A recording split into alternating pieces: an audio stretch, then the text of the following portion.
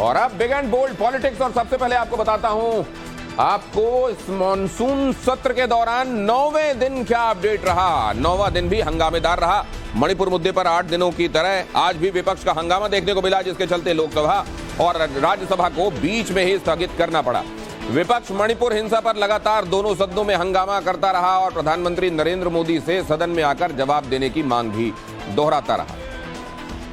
और दिल्ली अध्यादेश को लेकर क्या हुआ? दिल्ली सेवा विधेयक, भारी शोर शराबे के बीच आज लोकसभा में दिल्ली सेवा विधेयक को पेश कर दिया गया।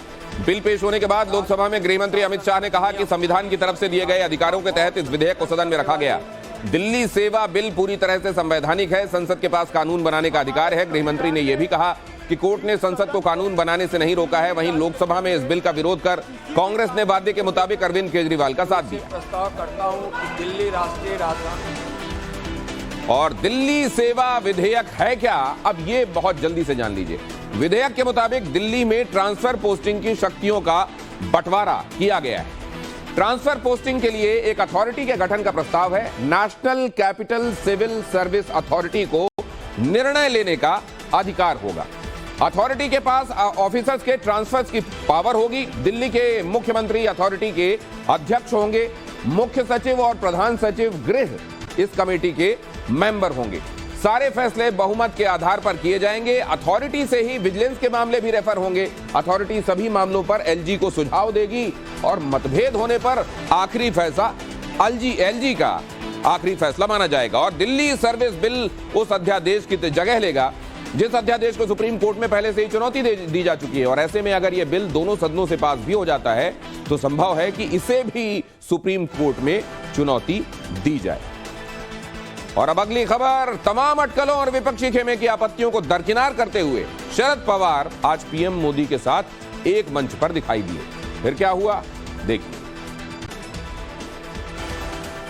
इंडिया गठबंधन मना करता रहा, लेकिन शरद पवार आज पुणे के कार्यक्रम में शामिल हुए। न सिर्फ उपस्थिति दर्ज कराई, मंच साझा किया, बल्कि इस दौरान पीएम मोदी को लोकमान्य तिलक राष्ट्रीय पुरस्कार से सम्मानित भी किया गया। शरद पवार से जब पीएम मोदी मिले तो हथेली पर कुछ लिखने का इशारा किया। क्या बात हुई, क्या इशारा किया, ये तो पता नहीं चला, लेकिन शरद पवार ने भी पीएम मोदी की पीठ पर हाथ रखकर अपनी सहमति जता दी। मंच पर पवार और मोदी के बीच इसी गर्मजोशी ने विपक्षी गठबंधन के नेताओं की धड़कनें बढ़ा दी हैं। पीएम नरेंद्र मोदी को दिए जा रहे लोकमान्य तिलक पुरस्कार समारोह में एनसीपी नेता शरद पवार के साथ कांग्रेस नेता Sushil Kumar Shinde, CM Eknath Shinde, deputy CM Devendra Fadnavis और अजीत पवार भी पहुंचे। हालांकि इस दौरान शरद पवार के भतीजे अजीत पवार चाचा से नजरें बचाते नजर आए। और ज्ञानवापी पर दिए सीएम योगी के बयान के बाद सियासी घमासान छिड़ा हुआ है। समाजवादी पार्टी प्रमुख अखिलेश यादव ने तंज कसते हुए कहा, मुख्यमंत्री आवास की दीवारें चिल्ला चिल्ला कर कह रही हैं, हमें गंगा जल से क्यों धुलवाया। वहीं बीएसपी चीफ मायावती से सीएम योगी और अखिलेश दोनों पर निशाना साधते हुए कहा कि समाजवादी पार्टी का बौद्ध मठ और बीजेपी का ज्ञानवापी पर दिया बयान सोची समझी राजनीतिक साजिश का परिणाम है। और उधर मध्य प्रदेश से खबर यह कि ऑल इंडिया कांग्रेस कमेटी ने मध्य प्रदेश में होने वाले विधानसभा चुनाव की तैयारियां तेज कर दी हैं और इलेक्शन कैंपेन कमेटी समेत चुनाव समिति की घोषणा कर दी है।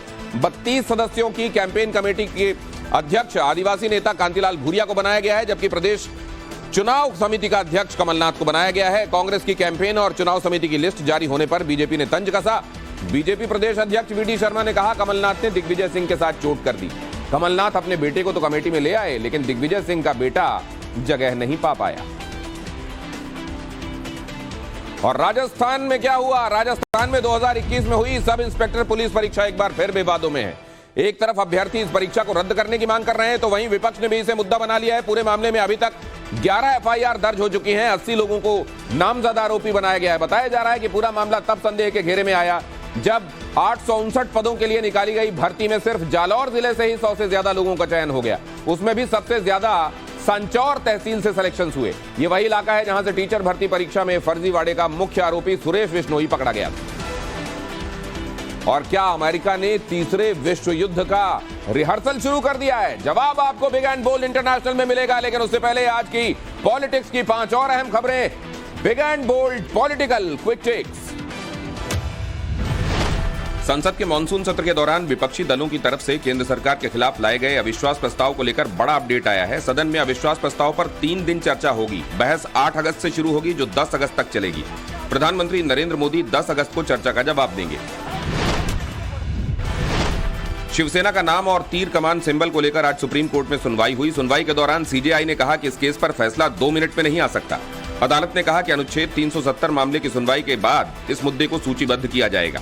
दरअसल उद्धव ठाकरे की तरफ से देश की सबसे बड़ी अदालत के सामने तत्काल सुनवाई की गुहार लगाई गई थी। आज जयपुर में गहलोत सरकार के खिलाफ बीजेपी ने सड़कों पर जबरदस्त प्रदर्शन किया। ये प्रदर्शन राज्य में भ्रष्टाचार, बेरोजगारी, पेपर लीक और महिला अपराध के खिलाफ था। प्रदर्शनकारियों को काबू करने के लिए पुलिस ने वाटर कैनन दागे। इस दौरान केंद्रीय मंत्री गजेंद्र सिंह शेखावत को राजस्थान पुलिस ने रोक दिया। बिहार में जातीय गणना पर लगी रोक को पटना हाई कोर्ट ने हटा लिया है। अदालत ने नीतीश सरकार के पक्ष में फैसला देते हुए कहा कि राज्य में जाति आधारित गणना होगी। 4 मई को पटना हाई कोर्ट की तरफ से इस पर अंतरिम रोक लगाई गई थी। याचिकाकर्ता ने कहा कि वो हाई कोर्ट के फैसले के खिलाफ सुप्रीम कोर्ट में अपील करेंगे, क्योंकि बिहार सरकार को जाति गणना कराने का अधिकार नहीं है। आईएएस जी कृष्णैया की हत्या के मामले में दोषी आनंद मोहन ने सुप्रीम कोर्ट में आज हलफनामा दायर किया। इसमें कहा गया है कि जेल से उनकी रिहाई का फैसला मनमाना नहीं है। ये पूरी तरह वैधानिक प्रक्रिया का पालन करते हुए सोच समझकर लिया गया फैसला है। हलफनामे में ये भी कहा गया कि रिहाई को चुनौती देने वाली जी कृष्णैया की पत्नी की तरफ से दायर याचिका कानूनी प्रक्रिया का दुरुपयोग है।